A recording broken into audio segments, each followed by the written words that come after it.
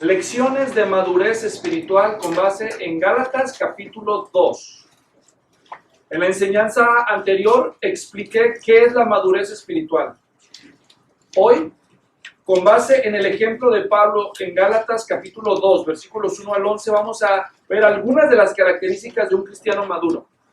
Pero antes de eso, quiero recordarles que el propósito principal de Gálatas capítulo 2 no fue darnos una lista de características de la madurez espiritual, aunque vamos a aprender algunos principios del ejemplo del apóstol Pablo, pero ese capítulo no se escribió principalmente para darnos lecciones de madurez.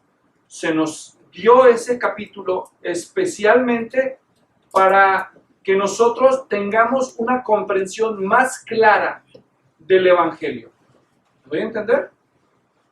O sea, Gálatas capítulo 2, versículos 1 al 10, en ese pasaje Pablo explica que él nunca dependió de la certificación de otros apóstoles para validar su evangelio, aunque sí gozó con la validación de otros apóstoles, pero él no la necesitó para demostrar que su evangelio era verdadero.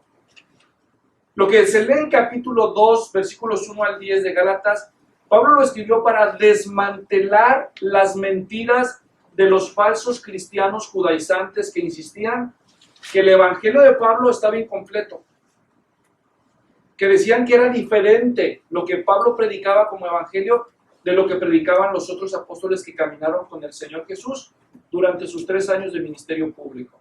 Entonces Pablo con este capítulo va a demostrar que eso es una mentira, que el evangelio que él predica y el evangelio que predican Pedro, Juan y los otros líderes era el mismo.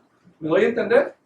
Y a través de eso, él va a atacar la mentira de estos falsos maestros que se infiltraron en las iglesias de los no judíos, donde él había plantado el evangelio. Entonces, habiendo hecho esa aclaración, vamos a ver algunas acciones de Pablo en este pasaje que nos deja a nosotros ver cómo es un líder maduro. Porque Pablo llegó a ser un cristiano de gran estatura espiritual. Y de su ejemplo vamos a aprender 7 características de un cristiano espiritualmente maduro.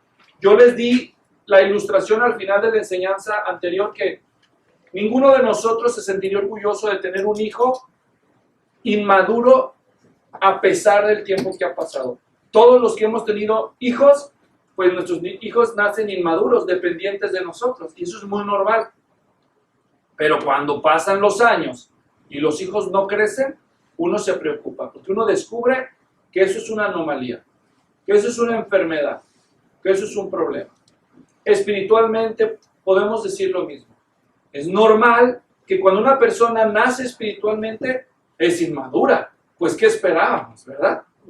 Lo que no es normal es cuando pasa el tiempo y la persona no crece espiritualmente. Entonces, Luis, me preguntarás, ¿cómo se ve la madurez espiritual? Para que yo pueda más o menos, no solo saber teóricamente la definición de madurez espiritual, sino para que yo pueda ver en mí si tengo algunos de esos perfiles, algunas de esas características que esperamos ver en una persona madura, o para que yo pueda compararme con alguien que es maduro y pueda decir, mira, ese es un buen ejemplo a seguir. Y sí hay. Pablo es un ejemplo a seguir en cuanto a la madurez espiritual. Así que del ejemplo del apóstol Pablo vamos a aprender 7 lecciones de madurez espiritual. ¿Están listos? Vamos a leer Gálatas capítulo 2, versículos 1 y 2 para encontrar la primera de las 7. La primera de las 7 es que una persona espiritualmente madura es una persona que no corre en vano. Diga, no corre en vano. No corre en vano. ¿Y eso qué es? Me dejaste en las mismas, me dirás. Vamos a leerlo primero en el texto. Gálatas 2, versículos 1 y 2. Leo en la Biblia de las Américas. Dice, entonces, después de 14 años, subí otra vez a Jerusalén con Bernabé, llevando también a Tito. Subí por causa de una revelación y les presenté el evangelio que predico entre los gentiles, pero lo hice en privado a los que tenían alta reputación, para asegurarme de que no corría ni había corrido en vano. Correr en vano. ¿Vieron esa frase? Una cosa que vemos aquí en Pablo, una primera cosa de todo lo que acabo de leer, dice que él hizo ciertas cosas porque él no quería correr en vano ni quería haber corrido en vano. Y esto es como una frase intrigante, ¿no? ¿Qué querrá decir con correr en vano? ¿Qué te viene a la mente con la frase correr en vano? ¿Qué es correr en vano? Bueno, correr en vano es lo mismo que decir correr inútilmente. ¿Está claro? Eso es correr en vano. Correr en vano es correr inútilmente. Pero obviamente aquí no está hablando él en sentido literal. Él no está diciendo que su trabajo era correr, no sé, correr maratones o andar corriendo ahí en la calle. Él está usando una analogía, una comparación del atleta con la vida espiritual. ¿Está claro eso? Ahora, hay dos formas en que un atleta puede correr en vano. Usemos el ejemplo. En primer lugar, un atleta puede correr en vano. Un atleta puede correr en vano cuando corre hacia la meta equivocada. Piensen en esa escena. Está corre y corre y corre. Y cuando llega, descubre que ahí no era la meta, que era en el otro lado de la ciudad. ¿Se imaginan? Eso se podría decir que fue correr en vano. Es correr hacia la meta equivocada o correr sin meta simplemente, como el hámster. ¿Han visto el hámster? El conejillo ese de Indias que ponen en la jaula, se sube al círculo, ¿corre o no corre? Muchísimo, ¿verdad? ¿Y a dónde llega? A ningún lado, porque corre sin meta. ¿Ustedes creen que puede haber personas que están viviendo sus vidas así? ¿Verdad? ¿Pablo lo sabía que existía ese riesgo, sí o no? ¿Y los cristianos no les puede pasar eso? Aquí tenemos un hombre que está diciendo, yo estoy haciendo las cosas de tal manera que yo no corro en vano. Yo no quiero caer en ese error. Pero hay otra forma en que tú puedes correr en vano. Tú puedes encontrar la meta correcta y correr hacia la meta correcta y todavía correr en vano. ¿Sabes cómo? Cuando tú corres hacia la meta correcta, pero tú no corres conforme a las reglas, sino que rompes las reglas. Hace unos años en México, un político que aspiró a la candidatura de la presidencia presumía de correr maratones. Entonces, este señor se inscribió en una maratón en Europa y fue hasta allá a correr y de pronto él salió cruzando la meta. Cruzando la meta. ¿Alguien de ustedes recuerda esa noticia? Resulta que se pusieron a revisar los inspectores y descubrieron que en cierto momento de la carrera él se salió del camino, se subió a su carro, se fue para allá, se bajó allá adelante y entonces corrió el otro pedazo y cruzó la meta. ¿Cruzó o no cruzó la meta correcta? Sí, pero no corrió legítimamente. No respetó las reglas. Por lo tanto, correr en vano puede ser tanto correr hacia una meta incorrecta, como lo dijera un famoso autor de liderazgo, dijo, qué desgracia que hay personas que se gastan su vida subiendo la escalera del éxito para descubrir cuando llegan a la cima que recargaron la escalera en la pared incorrecta. ¿Entiendes? Entonces, sí, trabajaste duro para llegar a la meta y al final descubres que la meta no era la correcta. Eso es correr en vano. Pero también correr en vano es correr sin respetar las reglas. Quiero llevarlos a un pasaje paralelo donde Pablo habla de estas cosas en 1 Corintios capítulo 9. Si quieren acompañarme, búsquenlo y si no, escúchenlo, lo tengo aquí a la vista. 1 Corintios 9, escuchen a Pablo ilustrar las dos cosas. 1 Corintios 9, versículo 26, dice, por tanto, yo de esta manera corro, no como sin tener meta. ¿Se dan cuenta? ¿Qué está diciendo él? Otra vez, él está comparando su vida espiritual con la de un atleta. Y él dice, yo vivo mi vida espiritualmente hablando, no de una manera descuidada. Yo corro a una meta. Dice, de esta manera peleo, no como dando golpes al aire. 27.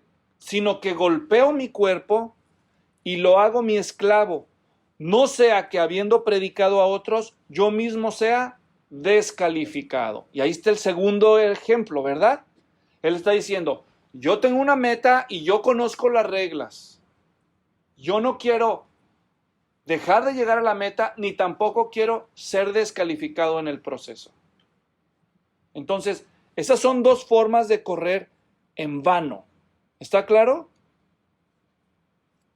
Ahora la pregunta que debemos hacernos es, ¿cuál es la meta? Porque todo esto que he explicado solamente es la comparación, es la figura. Pero ¿cuál es el significado? ¿Cuál es la meta? ¿De qué meta está hablando? ¿Cuál es la meta correcta? ¿Está usted viviendo su vida como correr en vano o como correr correctamente? De la manera correcta. ¿Cuál es la meta? Bueno, la meta, miren, la meta en términos generales es, desde la perspectiva de la palabra de Dios, una meta prioritaria es que las personas se reconcilien con Dios. Según la Biblia, las personas cuando nacen con pecado. Muchos teólogos le llaman a eso el pecado original. Es decir, el niño no tiene que hacer nada para tener el problema del pecado porque lo trae en la sangre, en el ADN. ¿Está claro? ¿Cuántos de ustedes tienen hijos? ¿Tú tienes que enseñarle a un niño a mentir o lo trae ya en la mochila? ¿Se acuerdan cuando los niños eran chicos? ¿Verdad? Tú le dices a un niño, no hagas eso. ¿Y qué hace el niño?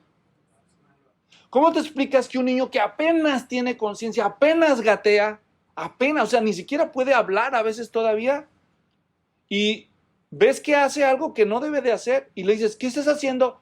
Y los niños en automático esconden la mano. ¿Nunca han prestado atención en detalles como esos? Le dices, no agarres ahí. Y los niños agarran y... O sea, ¿de dónde viene eso? Yo tengo hijos, yo sé lo que les digo. En una ocasión, nuestra hija era bebé, apenas gateaba. A Lilia, a mi esposa, siempre le han gustado las macetas, las plantas. Tenía una ahí y nuestra hija empezó a gatear. Entonces le gustó la maceta. Entonces ella fue, la niña empezó a sacar la tierra de la maceta así el suelo, ¿no? Y cuando mi esposa la vio, vino y le dijo, no juegues con mi maceta. Ese es mi juguete, tú tienes tus juguetes, respeta los míos. Y la niña se le quedó viendo, le lavó la mano, puso la tierra de regreso en la maceta y la llevó al otro extremo del apartamento donde vivíamos.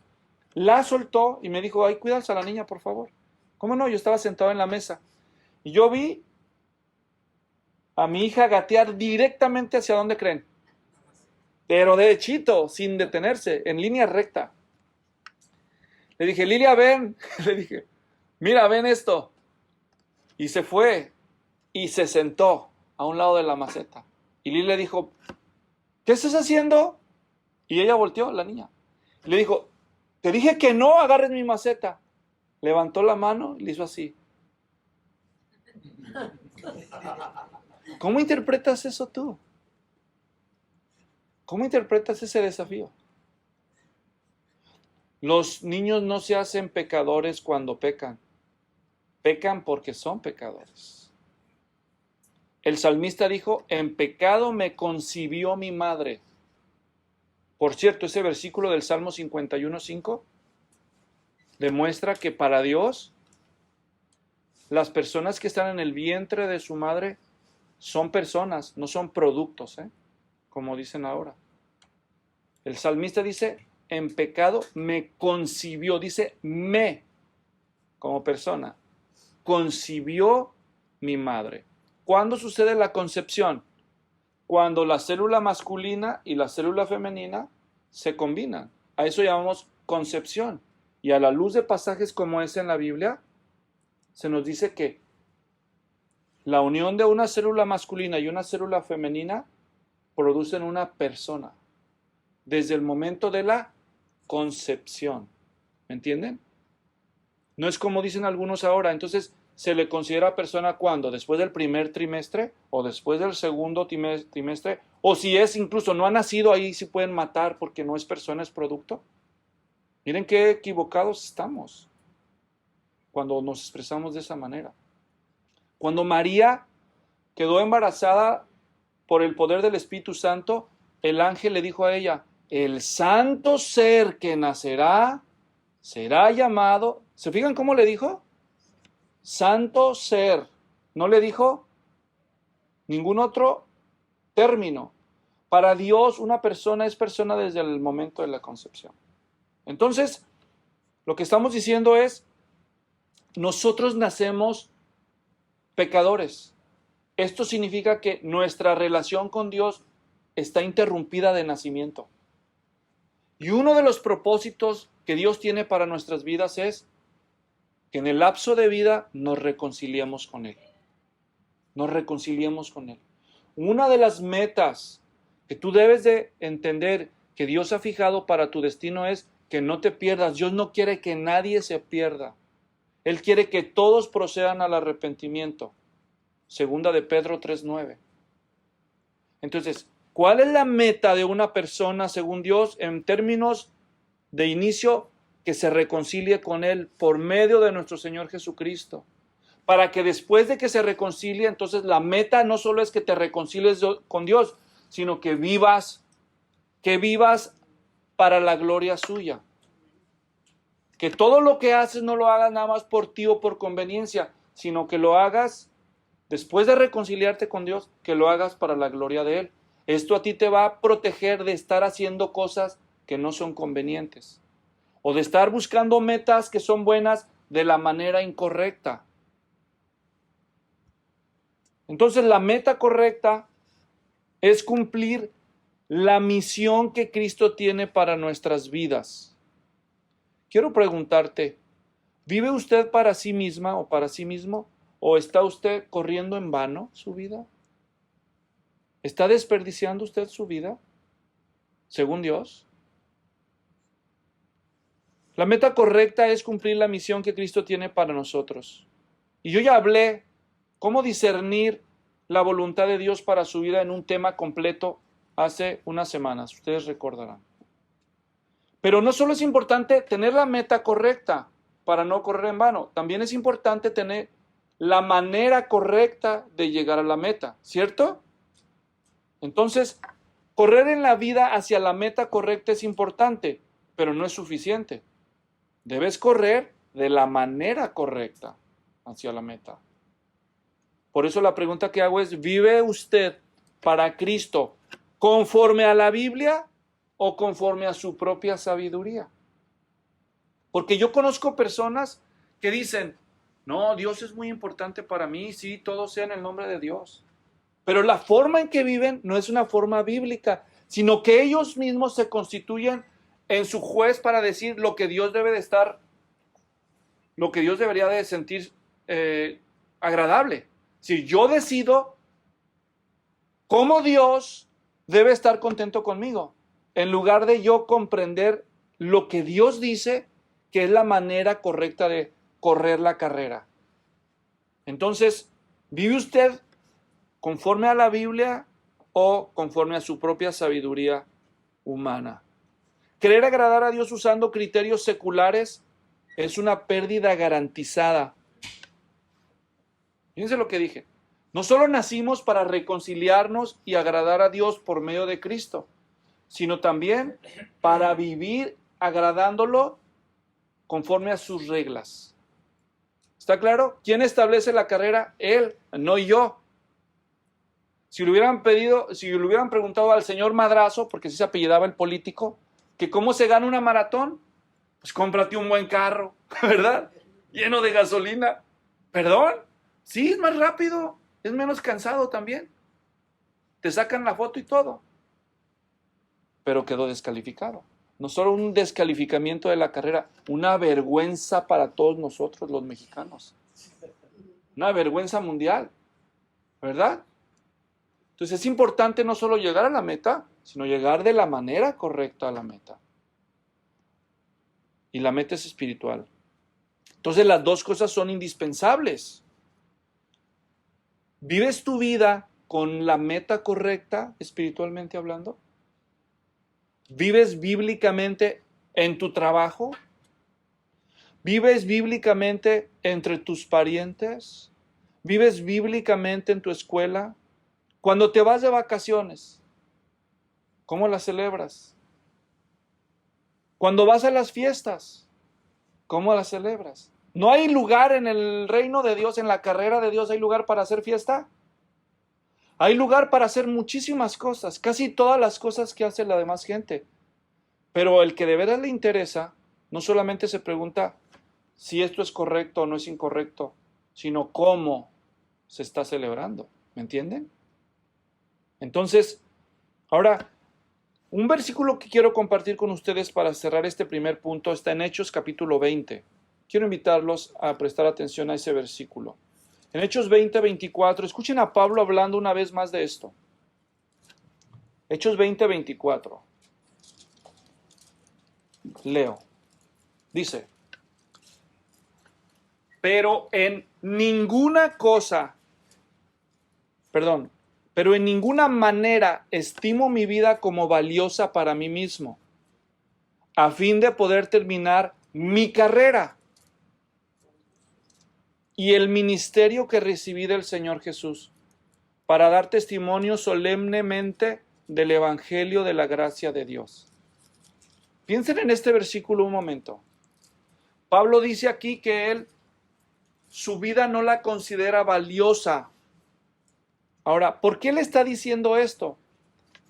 En este punto de su vida, Pablo está haciendo un viaje. Él ha andado predicando por todas las naciones a nuestro Señor Jesucristo. Y como resultado de esto, muchísima gente de muchos países que antes era pagana se convirtió en cristiana. Muchas veces en los lugares donde Pablo llegó, se convirtió tanta gente en cristiana que él los organizó en iglesias y hasta nominó liderazgo ahí. Y nacieron comunidades cristianas. Pero él estaba en movimiento constante, porque él sabía que Dios lo había mandado a predicar entre las naciones. En una de esas, él supo que tenía que visitar la ciudad de Jerusalén de regreso, la capital del judaísmo, donde había nacido el cristianismo. Y cuando iba de camino a Jerusalén, hizo una parada para visitar a los cristianos de Éfeso. Pero la ciudad de Éfeso estaba lejos de la costa, así que llegó él en el barco hizo una parada por unos días y mandó llamar a los cristianos de Éfeso, a los líderes, a los ancianos, vinieron a la playa y ahí él habló con ellos. Muchas cosas que están en este capítulo. Y él dice en el versículo 23 que el Espíritu Santo solemnemente le daba testimonio en cada ciudad diciendo que le esperaban cadenas y aflicciones. Imagínense. Pablo llegó a saber que él debería ir a la ciudad de Jerusalén. Era la siguiente parada en su carrera. Pero el Espíritu Santo le empezó a decir cuando llegaba, imagínense que usted sabe que tiene que ir a visitar a sus parientes allá a Aguililla, ¿verdad? A Santa Ana allá en El Salvador, o qué sé yo, donde tú quieras. Voy a hacer un viaje a hablarle a mi familia del Señor. El Señor ya me puso en mi corazón, tengo paz y ok, ya pedí mis vacaciones, vámonos pues. Pero de pasada voy a pasar allá a Tracy a saludar a los hermanos y luego voy a llegar ahí a Los Ángeles a visitar a mi primo y en donde quieras vas llegando a decir, oye, fíjate Marcos que tuve un sueño, que soñé que te ibas allá para donde vas y allí que te iban a agarrar y te iban a poner unas pedradas. Y luego te llegas a Los Ángeles, estás visitando al primo y dices, no primo, espérese, ¿qué cree? Que yo, no sé, pero como que yo oí que, no sé, vi un ángel que decía, dile a tu primo que cuando llegue allá al rancho, lo van a meter a la cárcel y le van a poner unos latigazos. Bueno, acá eran pedradas y acá latigazos. No, dice, eso es después de las pedradas. No me digas. Sí, entonces, dice, oye, ¿hablaste con alguien más? No. Entonces dice, híjole, ya esto es mucha coincidencia. Entonces Pablo va hasta Jerusalén y cada vez que llega alguien de la iglesia, oh hermano Pablo, no vaya. Fíjese que el Señor me mostró. Ellos veían que a Pablo le iba a ir duro.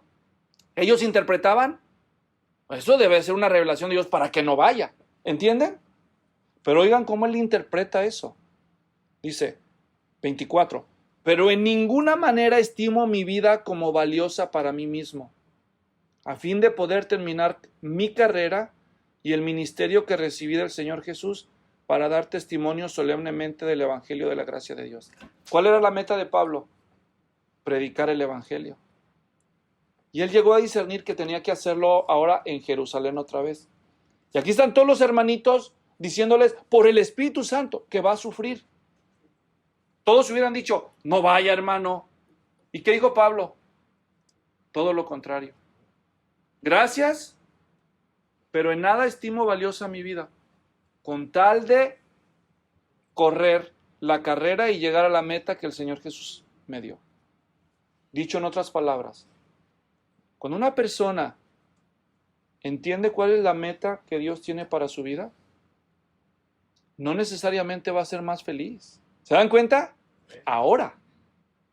Todo lo contrario. Cuando una persona tiene muy clara la misión que Dios tiene para su vida, esta meta es la que le va a sostener en medio de las aflicciones y de los peligros que va a tener que enfrentar. Y los que conocen la historia completa del apóstol Pablo saben que se cumplió. ¿Lo maltrataron, sí o no? ¿Lo encadenaron, sí o no? ¿Verdad? Hay un pasaje que después se nos da aquí en el libro de los Hechos que por poquito y lo despedazan. Ya se imaginarán cómo ha de haber estado ese zafarrancho que se armó. En el mismísimo templo del Señor. Casi lo linchan. Estuvo años preso ahí y después lo mandaron a Roma y en el camino le pasaron muchas cosas muy difíciles. Casi se dio por muerto, dice él. En algún punto de la historia dice que él había perdido la esperanza de sobrevivir. Y luego llega a Roma y otros años ahí encarcelado. ¿Y por qué aguantó todo eso? De hecho, hay una versión de este versículo. Algunos manuscritos antiguos en el idioma original agregan una palabra. Y Reina Valera tradujo conforme a esos manuscritos. Si usted hubiera leído este versículo en Reina Valera, lo hubiera leído así. A fin de poder terminar mi carrera, dice, con gozo. Esa es la frase que no está en los manuscritos más antiguos. ¿Cómo? A ver, espérame, Pablo. Tú me estás diciendo que con tal de cumplir tu carrera estás dispuesto a sufrir, pero me estás diciendo que aunque estás sufriendo, ¿tienes gozo? No entiendo. Es que sufrir con gozo es como estar mojado seco, ¿no? O sea, ¿cómo sufrir con gozo? Es que en la Biblia, hermanos, el gozo no es lo mismo que ser feliz, es otra cosa. El gozo es la paz que experimentas, el contentamiento que tienes de saber que estás haciendo lo que Dios manda, aunque sufras por hacerlo. ¿Por qué Pablo estaba dispuesto a no estimar ninguna cosa de su vida como valioso para sí mismo? ¿Qué? ¿Tenía pensamientos suicidas? ¿O era un masoquista que le gustaba el sufrimiento? No. Lo que pasa es que Pablo estaba pensando en el gozo último, el eterno, ¿me entienden? Así que los sufrimientos del tiempo presente no son comparables con la gloria venidera que en nosotros ha de manifestarse. Pablo lo entendía. Por eso yo quiero preguntarte, ¿cómo vives tu vida tú? ¿Corres en vano tu vida? ¿Vives sin meta en tu vida? Y si ya entendiste que tienes que reconciliarte con Dios, tienes que aceptar el Evangelio de Jesucristo y empezar a vivir todo lo que haces, lo mismo que haces diario, pero lo tienes que hacer para la gloria de Dios, de maneras que honren a Dios, no de maneras que lo deshonren. Ahora la pregunta que queda es, ¿lo haces así? ¿O simplemente dices que aceptas a Cristo ya como tu Salvador, ya eres salvo, ya te reconciliaste con Dios, ahora vivo mi vida como yo quiera? ¿O de veras tomas en cuenta la palabra de Dios para no correr en vano, para no ser descalificado, sino para no solamente tener la meta correcta, sino correr conforme a las reglas? Entonces, en primer lugar, parte de lo que es cumplir la meta de una persona es lo que llamamos su ministerio. No sé si observaron las palabras de Pablo en Hechos, se las vuelvo a leer. Dice, a fin de terminar mi carrera, el ministerio que recibí del Señor Jesús. ¿Observaron eso? Hoy en día mucha gente asocia la palabra ministerio y la palabra ministerio literalmente significa servicio. ¿Qué es ministerio? Es servicio, eso es. ¿Y por qué no ponen servicio, Luis? Yo no sé, pregúntale a don Casiodoro de Reina, que es el que tradujo la Biblia, o a los otros, ¿no? Pero eso significa ministerio, servicio. Ahora, entonces, desde la perspectiva cristiana, mi misión en la vida es relacionada intrínsecamente con mi ministerio, lo que yo hago para servir a Dios. ¿Me entiendes? ¿Cómo yo descubro cuál es mi misión, Luis? ¿Cómo descubro cuál es mi ministerio? Ya di una enseñanza completa, pero solamente para decir, tu trabajo, lo que tú haces, no solo es tu trabajo, es tu ministerio. Algunos creen que ministerio solo es lo que hacen aquí cuando abren la Biblia y predican. Ah, es que él es ministro. O cuando hacen aquí en el lugar de la iglesia. Todo lo que tú haces, el trabajo que tú tienes, ese trabajo, debes hacerlo en honor y en nombre de nuestro Señor Jesucristo. Ese es tu ministerio. ¿Cuándo vas a entender? Si estás casada, ser una esposa casada conforme a la Biblia, ese es tu ministerio, en parte. Si tienes hijos, cumplir tu maternidad conforme a las Escrituras, ese es parte de tu ministerio. Y si tienes otros dones, usar esos dones y ponerlos a servicio de la familia de la fe y de cualquier otra persona, es parte de tu ministerio. No es tan complicada la cosa. Y si Dios te llama a trabajar más tiempo en la predicación como a mí, bueno, este es mi ministerio, eso es parte de mi misión, ¿me entienden? Por eso la pregunta entonces se relaciona con el ministerio, incluyendo tu trabajo. ¿Lo desempeñas de una manera bíblica? ¿Ves tu trabajo como tu ministerio de parte de Dios? ¿Lo realizas de una forma en que puedas hablar de Cristo con autoridad moral a tus compañeros?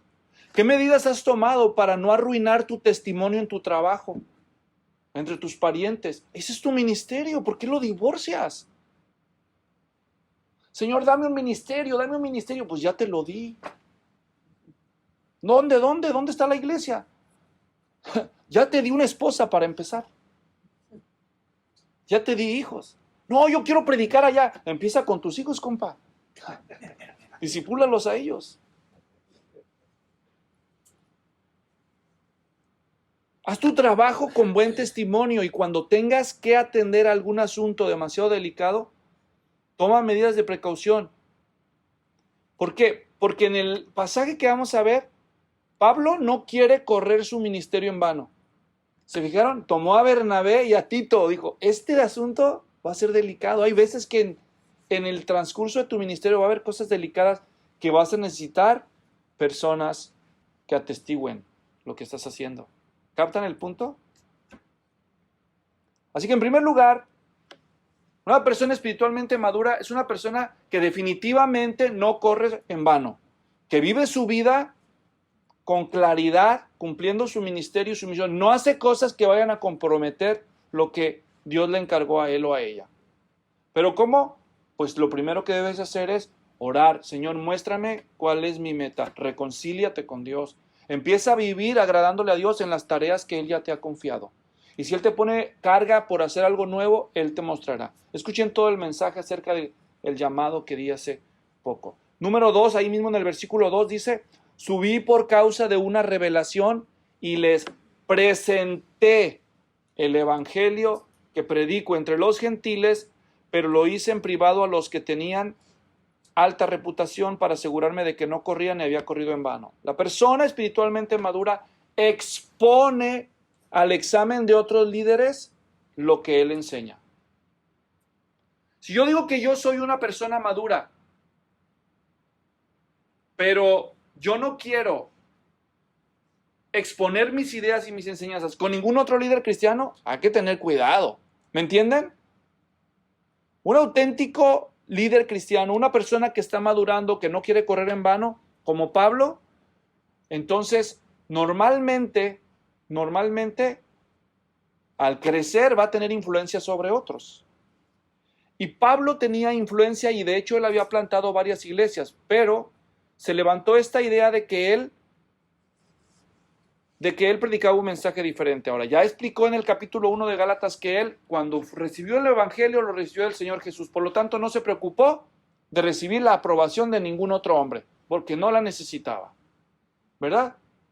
Cuando ya hablaste con la mamá de los pollitos, ¿para qué hablas con los pollitos, no?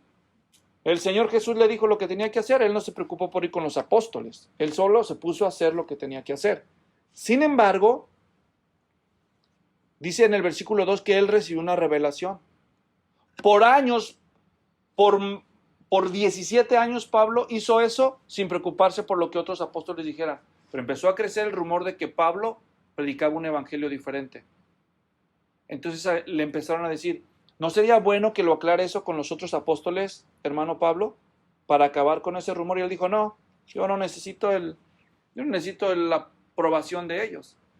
Hasta que un día, dice el versículo 2, por causa de una revelación. Ya se lo habían dicho seguramente, ya lo había pensado, pero él no hacía caso hasta que un día el Señor Jesús mismo le dijo, Pablo, déjate de andar de indeciso, ve a Jerusalén, expone lo que estás enseñando con los otros y acaba con esa infamia. Esa es la solución. Tienes que ir. Entonces él dijo, ahora sí voy, ¿verdad? Por causa de una revelación. Él fue y expuso el evangelio con los que los falsos maestros judaizantes decían, los de reputación, no como tú, ¿verdad? Entonces Pablo va a usar la terminología de ellos, no es que esté menospreciando a los otros apóstoles, pero básicamente expone. Hermanos, ¿han visto ustedes gentes que se creen muy maduras, pero son unos soberbios arrogantes y nunca aceptan corrección? ¿Verdad? Eso es una mala señal, eso no habla de madurez. Tercero, versículo 3. Pero ni aun Tito, que estaba conmigo, fue obligado a circuncidarse, porque era griego. Y esto fue por causa de los falsos hermanos introducidos secretamente, que se habían infiltrado para espiar la libertad que tenemos en Cristo Jesús, a fin de someternos a esclavitud, a los cuales ni por un momento cedimos para no someternos, a fin de que la verdad del evangelio permanezca con ustedes. Tercer característica de una persona espiritualmente madura, no cede al legalismo. ¿Qué es el legalismo? La idea de que tú te vas a ganar el favor de Dios cumpliendo una serie de requisitos, como circuncidarse, guardar el sábado, comer comida que no fuera inmunda, o sea, comer carne de puerco, olvídate. Y Pablo dijo, eso es agregarle al evangelio, no cedimos. Hoy en día el legalismo se presenta de muchas maneras. Una corriente mayoritaria de lo que dicen ser cristianos, dicen que para que tú puedas participar de la gracia de Dios, tienes que cumplir los sacramentos. ¿Han oído eso? ¿Ya te bautizaron? No. ¿Tu primera comunión? No, ¿qué pasó? ¿Confirmación?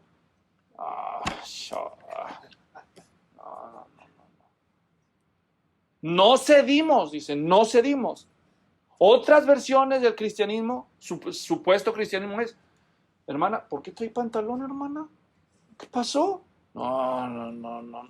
¿Aretes? No. ¿En serio? Ahora la forma en que te vistes. Una vez un amigo le estaba diciendo a una de esas personas que estaba muy mal, porque las mujeres usaban pantalón. Y entonces mi amigo le decía, Patricio se llama, le decía, si te doy un vestido de mi esposa, ¿te lo pones? Dice, no.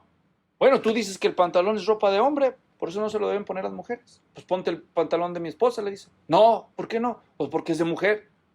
Pues entonces, nada más porque la falda la cosen por el centro, entonces ya deja de ser falda, ¿verdad? Y le recortan la costura. Tengan cuidado. La gente le agrega el evangelio de muchas formas. Que te vas a ganar el favor de Dios con leyes. Por eso se llama legalismo. ¿Me entienden? Vuelvo a recordarles. El evangelio es que Cristo cumplió todas las leyes. Cumplió todas las demandas de Dios. Y luego, todos los pecados que nosotros debíamos merecían un castigo, la muerte. Y Cristo cumplió las dos cosas. Con su vida cumplió toda la ley, toda la justicia de Dios, y con su muerte pagó todos nuestros pecados. Y ahora lo que Él pide es que nosotros nos arrepintamos del pecado y lo aceptemos a Él como nuestra justicia. Y así como en una cuenta de banco, la justicia de Cristo y el pago de Cristo se le ponen a cuenta del pecador arrepentido. Ahora el pecador arrepentido vive conforme a las reglas, pero no es para salvarse. Cristo ya lo ha salvado gratuitamente por su gracia, sino para agradecerle por lo que Él hizo. ¿Ven la diferencia? No cumplimos leyes los cristianos para ganarnos la salvación. Obedecemos los mandatos de Dios para agradecer la salvación que nos ha sido conferida gratuitamente. Esa es la diferencia. Por eso una persona madura entiende eso. No cede ante el legalismo. No cede. ¿Está claro el punto? Luego en el versículo siguiente, en el versículo 6, y de aquellos que tenían reputación de ser algo, lo que era nada me importa.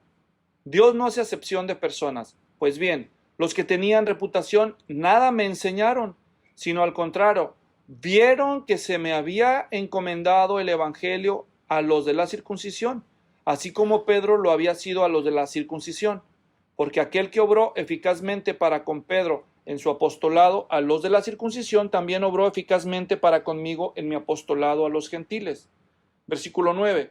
Al reconocer la gracia que se me había dado, Jacobo, Pedro y Juan, que eran considerados como columnas, bueno, me voy a detener ahí. Mire, cuarta característica de una persona espiritualmente madura, la persona reconoce la gracia de Dios en otros. En el versículo que leímos decía que Pedro y Jacobo y Juan, cuando Pablo vino y expuso el evangelio y oyeron lo que Dios había hecho a través de Pablo, ellos, dice el texto en el versículo 7, vieron. Y en el versículo 9, reconocieron la gracia. ¿De qué color es la gracia, hermanos? ¿De qué color? ¿De qué tamaño es la gracia? Pero esos hombres, Pedro, Jacobo y Juan, apóstoles y líderes en Jerusalén, cuando oyeron el testimonio de Pablo y de Bernabé, ellos vieron cosas que otros no ven. Ahí dice claramente, reconocieron, versículo 9, ¿qué? La gracia. Una marca de la persona espiritualmente madura es la capacidad para reconocer la gracia de Dios en otras personas. Por eso todos necesitamos líderes en nuestra vida. ¿Saben por qué? Por eso no es cierto que puedes ser espiritualmente maduro separado de una iglesia local. ¿Ven por qué? ¿Quién puede verificar en tu vida? ¿Quién puede hacer lo que estos hicieron por Pablo en el versículo 9? Observen el versículo 9. Nos dieron a mí y a Bernabé la diestra de compañerismo. O sea, dime, ¿quién existe en tu vida para poder ver y oír de ti y decir, espérame tantito, yo aquí no veo la gracia de Dios, yo aquí lo que veo es un capricho? ¿Me entiendes?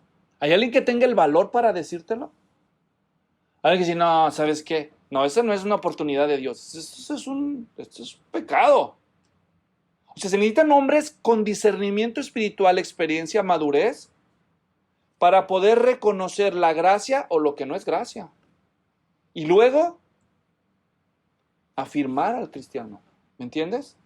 ¿Necesitaba Pablo la afirmación de ellos para cumplir su ministerio?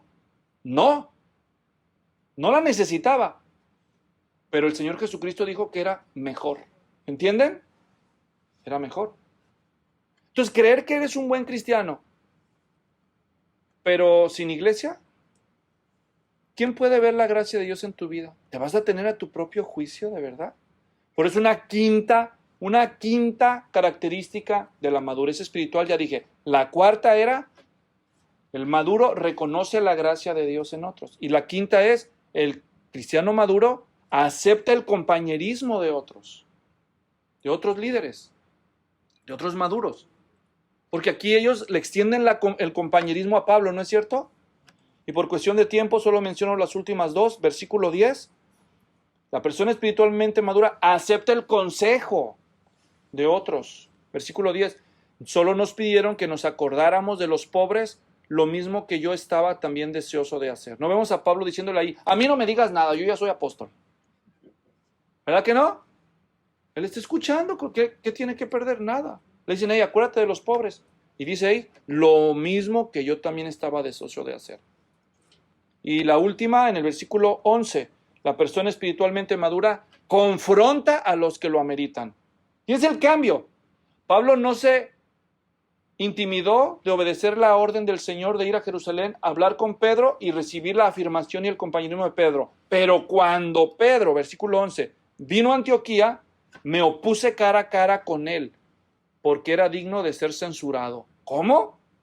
¿Le levantó la voz al primer papa de la historia? Bueno, eso dicen algunos, ¿no? Que Pedro era el primer papa. No era el primer papa. Lo que está diciendo Pablo es, pero en otra ocasión que Pedro vino a Antioquía, lo que Pedro hizo fue un tropiezo. Y yo me lo puse cara a cara.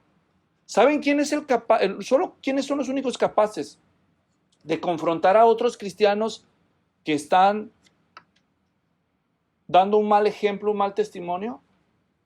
Solo los maduros. Yo ya lo he vivido. Tengo varias décadas en el cristianismo. Cuando un cristiano ve que otro está haciendo algo mal, ¿qué hace? Va y le dice a alguien más, pero no le dice al que se equivoca. ¿Qué crees que vi haciendo ahí a don Luis Florianito?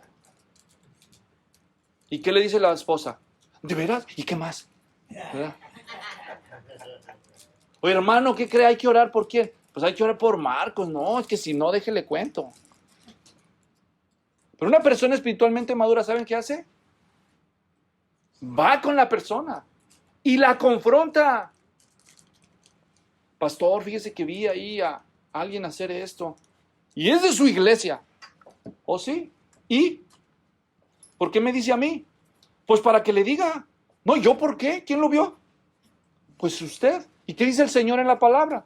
Si alguno sorprendiera a su hermano, vaya estando usted a solas con su hermano y repréndalo. Eso dice la Escritura. ¿Por qué me dice a mí? ¿O qué? Eso es chisme. Entonces está pecando él y ahora está pecando usted y quiere que también peque yo. No. Vaya usted y dígale. Ah, no. En la iglesia se nota la madurez espiritual porque las personas, entre otras cosas, tienen el valor de decir, ¿sabe qué? Discúlpeme, hermano, pero no está bien. No está bien. Confrontar a los que lo ameritan. Ahora díganme ustedes, con eso termino. Díganme, ¿quién en la iglesia no podría ameritar corrección? Solo los perfectos. A ver, levanten la mano los perfectos. A ver, levanten la mano los perfectos. Ah, pues es que son las sillas vacías que los que no vinieron, ¿verdad? Por lo tanto, si algún día te corrigen, te llaman la atención, no lo tomes a mal. ¿Sabes qué es eso?